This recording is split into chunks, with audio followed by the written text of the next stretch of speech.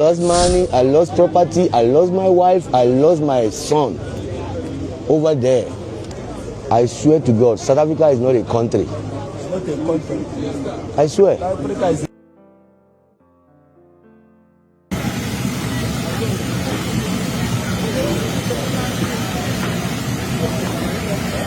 My name is Madabuchuku John Okeke from John Okeke from Anambra State, Oxigoroka government. Where were you based in South Africa? I based in Johannesburg, Joburg South, Tarfantin. So Sandwich, are you happy to be back in Nigeria? Yeah, I'm very happy because a lot have been going there. I'm very, very happy to come back with my life because a lot of people that will go through this process, some of them couldn't make it. Some passed away yesterday. 2 were killed yesterday. One was killed in Pretoria, one was killed in Germiston because of all this Abraham. Yeah, so I'm really happy to come back with my life. Sorry, how long have you been? I've been in South Africa for over 7 years, since 2019, February 25. Okay, do you have the necessary papers, documents Yeah, I have. South Africa? Yes, I have yeah, my passport is valid. The ashram, I have ashram bed. Before we travel, we have to cancel the ashram by Home Affairs before they can process your TC. Now, when you were in South Africa during this whole saga, were you under any kind of threat and what? A lot of threats. Even where I'm staying, you can't sleep with 2 eyes closed. You can't sleep with 2 eyes closed. You can't walk by the street. When you're walking by the street, you have to be looking at your back in case. And those police people and use that thing to make it like they open a business for them. Because even when they show you, even when you show them your document, they still want money from you. So I would say there is a lot of threats, and government are not doing anything. Their government are not doing anything about it. Some people will walk through this process. One of us passed away yesterday because of this process. They was hitting the guy with their stick, and the guy passed away yesterday night. And also in on Nigerian embassy, one guy was also robbed there, and they couldn't do anything. And policemen were parking there, they couldn't do anything for that. So I'm very happy to come back with my life. Right now, I feel relieved that I'm back home because actually I've spent about 14 years in South Africa without being, without being in Nigeria for so long. So I've spent about 14 years in South Africa. So right now that I found this opportunity to come back home, I think I'm happy, I'm relieved, I'm safe also. I'm back home here, to start over again because actually what happened to me in South Africa is terrible. What I'm trying to say is that I can't explain everything because, what I'm trying to say is that it's too much for me. The first attack I had with South African citizens was about 9 years ago. They destroyed my shop, they burned my properties. Then I have to start over again. Then after some years, about 5 years, they still came back again and burned everything down. They really attacked me, they beat me up. Then what happened that year, it was terrible for me. I have to run for my life. I have to change the province that I was staying. Then I have to relocate somewhere else. Still, they were still chasing us. They said that we Nigerians, we must go back. I've been to South Africa. I've been staying there for about 14 years. I was doing my business, legit business. I was doing an electrical job. I repair phones and I sell phone accessories. I've never committed any offense in South Africa. What I'm trying to say is that, even the police, they know that because when I went to police station to do fingerprints, they couldn't find any problem with me. Understand what I'm trying to say? So, which means that I have never committed any crime in South Africa. But they keep chasing us Nigerians. They say that we must go back home. I don't know the reason why. I experienced a lot. I swear to God, South Africa is not a country. It's not a country. I swear. South Africa is a zoo. South Africa is not a country. South Africa is a zoo. I've been in South Africa now 12 years. What was your most difficult moment in South Africa? Since when I've been in South Africa, everything difficult. I lost everything. I lost money, I lost property, I lost my wife, I lost my son over there. 3 years old today. Imagine, birthday today. And it's today they are chasing us. South Africa will never see forgiveness in this world. I swear. There will lack of everything. I swear.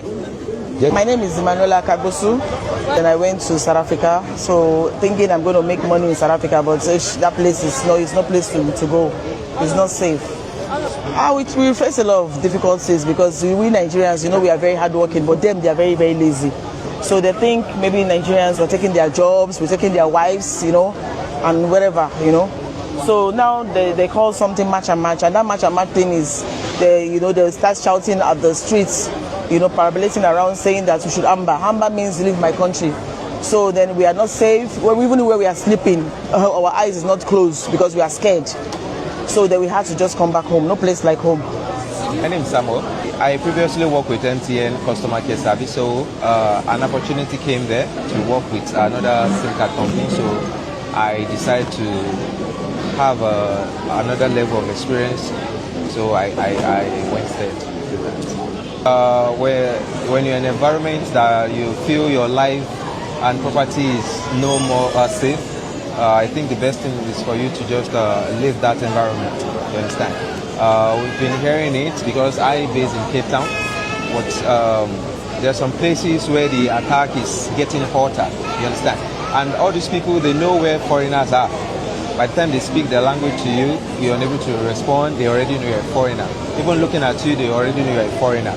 So they give themselves tips. They can just say, okay, go to so place, there is a foreigner there, and they drag you out, start insulting you, go back home, do this, do that. We're going to kill you. And, you can't wait until they kill you and before you take the necessary action. So, and that's why I find myself. In the wake of the anti-migrant protests in South Africa, a Nigerian trader, popularly known as Big Joe, was shot dead outside his shop in Witbank on Sunday. His lifeless body was seen right in front of his shop, and the motive of the murder is still under investigation. But the timing has sent shockwaves through Nigerian communities across South Africa, with Nigerians online reacting with grief, anger, and deep concern. And I'll take a reaction from Andrew on X. He wrote, "These people aren't joking. I saw a video of them warning him last week to evacuate. Our lives are worth more than what we think it's worth." Vin wrote on X, "I hope South Africans will never have to seek greener pastures in other African countries, while some Africans, especially Nigerians, continue to face attacks, harassment, and intimidation in South Africa. No one should be mistreated because of their nationality. If this hostility continues, it could damage the spirit of African unity and eventually create consequences that none of us would want to see. Let's choose coexistence over hatred." BNB wrote, "This is heartbreaking. Every life matters, and no one should have to live in fear because of their nationality. Justice must be served, and xenophobic violence must end." As some South Africans fight to expel African immigrants from the country, turning them away at hospitals and raiding businesses, I believe that a lot of what is wrong is the ignorance of true African history. So now I will tell you the true forgotten history of how Nigeria helped South Africa be free when most of the world turned away.